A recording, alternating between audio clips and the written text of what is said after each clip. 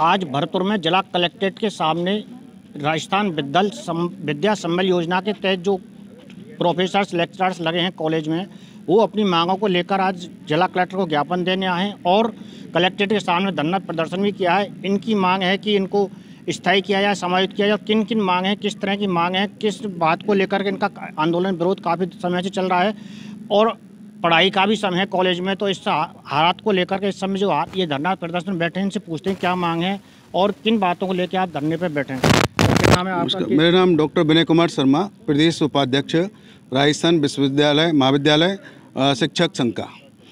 देखिए, हमारे 2021 के अंतर्गत राजस्थान सरकार के द्वारा जब राजस्थान में शिक्षकों की कमी थी, कॉलेजों के अंतर्गत छात्र नेताओं के द्वारा आंदोलन किए गए और उन्होंने मांग की कि भाई कैसे भी करके विद्यार्थियों की शिक्षा का हनन न हो। उस समय सरकार के द्वारा इस योजना को लागू किया गया विद्या संबल योजना के रूप में।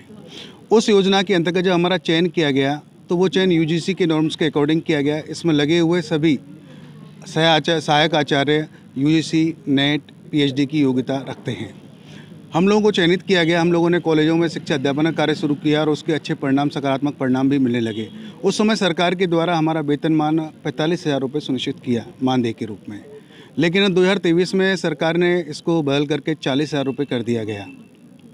इसके बाद राजस्थान सरकार के द्वारा 371 राजशासकीय के कॉलेज खोले गए और उन कॉलेजों के अंतर्गत पुनः इस प्रक्रिया को लागू किया गया और इसमें 3,000 के समथिंग सहायक आचार्य लगे हुए हैं।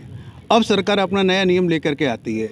सरकार हमको बोलती है कि भाई अब हम इसमें एक एग्जाम कराएंगे, परीक्षा कराएंगे इसमें, और परीक्षा होने के बाद उनको 5 साल के लिए नियुक्त किया जाएगा और उनका वेतनमान 28,000 रुपये रखेंगे। जबकि यूजीसी के नॉर्म्स के अनुसार एक सहायक आचार्य का मासिक वेतन जो है 57,700 रुपये होना चाहिए और ऐसा सरकार के द्वारा किया गया है। दिल्ली सरकार को देख लो आप, चाहे पंजाब को देख लो, चाहे हरियाणा सरकार को देख लो, उन लोगों ने वहाँ लगी हुई गेस्ट फैकल्टी को यूजीसी के नॉर्म्स के अकॉर्डिंग 57,700 रुपये दे करके समायोजित किया है। तो हमारी तो सरकार से यही मांग है कि भाई आप हम लोगों को समायोजित करें, इसमें रखें और यूजीसी के नॉर्म्स के अकॉर्डिंग जो वेतनमान है वो हमें दिया जाए। अच्छा, भरतपुर जिले में कितने आपके कॉलेज हैं और कितने ये संबल योजना के तहत लगे हुए हैं? भरतपुर में लगभग जो है 17 कॉलेज हैं जिनमें ये योजना चालू है और लगभग 57 लोग जो है यहाँ पर कार्यरत हैं जो विद्या संबल योजना में लगे हैं। किस योजना के तहत तो मतलब जो आपके लेक्चर्स प्रोफेसर्स लगे हैं, पढ़ाई का भी पीक टाइम है, बच्चों की पढ़ाई का भी होना, तो क्या सरकार को इस योजना को लागू आगे बढ़ाना चाहिए और आपकी मांगें पूरी करनी चाहिए? देखो, सरकार ने जब योजना को चालू किया था उस समय कोरोना काल चल रहा था। उस विकट परिस्थितियों में हम विद्या संबल के तहत लगे हुए सह आचार्यों ने उस विकट परिस्थिति में महाविद्यालयों में सुचारू रूप से शिक्षा का संचालन किया था और उस विकट परिस्थिति में काम करते हुए आज हम लोगों को 5 साल हो गए। सरकार आज जो है एक नया अध्यादेश लेके आई है जिसमें 28,000 रुपये पेमेंट की बात कर रही है, परीक्षा ले रही है, वो भी अस्थायी भर्ती के माध्यम से। तो हमारी सरकार से यही मांग